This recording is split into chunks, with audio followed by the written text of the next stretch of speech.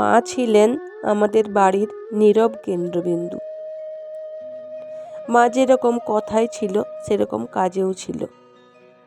বাড়ির প্রতিটা কাজ, প্রতিটা মানুষ যেন তার চারপাশেই ঘুরত। সকালে ঘুম ভাঙা থেকে রাতে শুতে যাওয়া, সব কিছুর মধ্যেই মায়ের উপস্থিতি ছিল স্বাভাবিক। এতটাই স্বাভাবিক যে কখনো আলাদা করে ভাবতেই হয়নি। মা ছিলেন বলেই সব কিছু ঠিকঠাক চলতো, আর আমরা নিশ্চিন্তে নিজেদের মতো করে বাঁচতে পারতাম। বন্ধুরা, নতুন করে আমার ইন্ট্রো দেবার নিশ্চয় দরকার নেই, তাও আমি ইন্ট্রো দিয়ে দিচ্ছি। আমি হচ্ছি ঝুমা, আর তোমরা দেখছো ক্রিয়েশন অফ ঝুমা।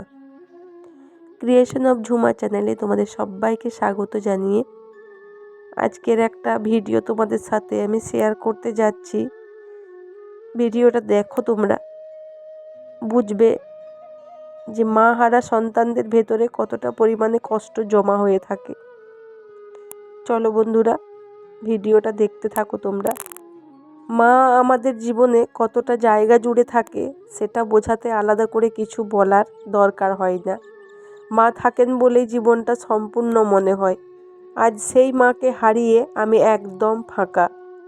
শুধু আমি নয়, আমার সব দিদিরাও আজ শূন্য। আত্মীয় স্বজন, পরিবার, মানুষজন সবাই আছে, তবু মনে হয় কিছুই নেই। কারণ মা আর বাবা তাদের সন্তানের হৃদয়ে যে জায়গা নিয়ে থাকেন, সেই জায়গা আর কেউ কোনোদিন পূরণ করতে পারে না। আজ মায়ের 3 দিন, তেতো ভাত। বাড়িতে নিয়ম মতো সব আয়োজন চলছে। মানুষ চলে যায়, কিন্তু নিয়মগুলো থেকে যায়। চলে যাওয়া মানুষটাকে নিয়ে শোক করার, একটু থেমে কাঁদার যেন কোনো অবকাশ নেই। নিয়মের পর নিয়ম এমনভাবে জড়িয়ে থাকে যে সেগুলো পালন করতে করতেই মানুষ নিজের দুঃখটা অনেকটাই ভুলে যায়, অথবা ভুলে থাকতে বাধ্য হয়।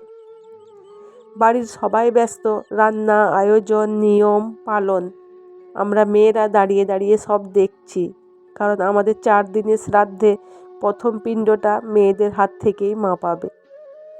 আমরা 4 বোন আর সঙ্গে কাকার মেয়ে, মোট 5 বোন। সেই প্রথম পিণ্ড দেওয়ার জন্য আমরা কোনো কাজে হাত লাগাতে পারিনি। বাড়ির বড়রা সব সামলাচ্ছেন। দাঁড়িয়ে দাঁড়িয়ে এসব নিয়মকানুন দেখতে দেখতে ভিতরে ভিতরে ভীষণ রাগও হচ্ছে।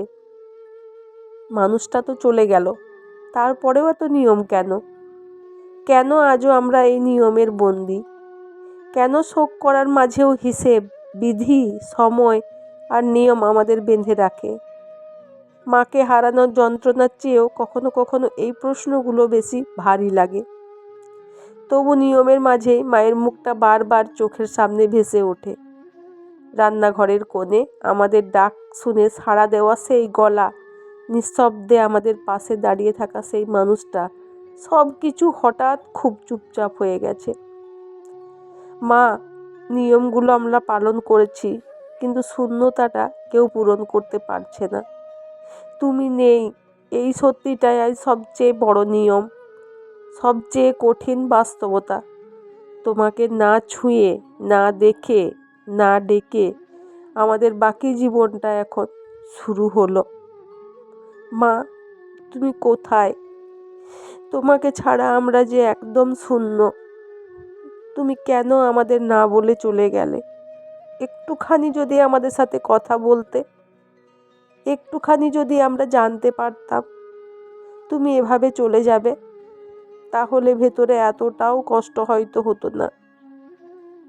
কিন্তু তুমি আমাদের কোনো কিছুই বাকি রাখলে না। এই কষ্টটা সারা জীবন আমাদেরকে কুড়ে কুড়ে খাবে মা। তবে একটাই ঈশ্বরের কাছে প্রার্থনা করব, মা, তুমি যেখানেই থাকো তারাদের দেশে তুমি ভালো থেকো।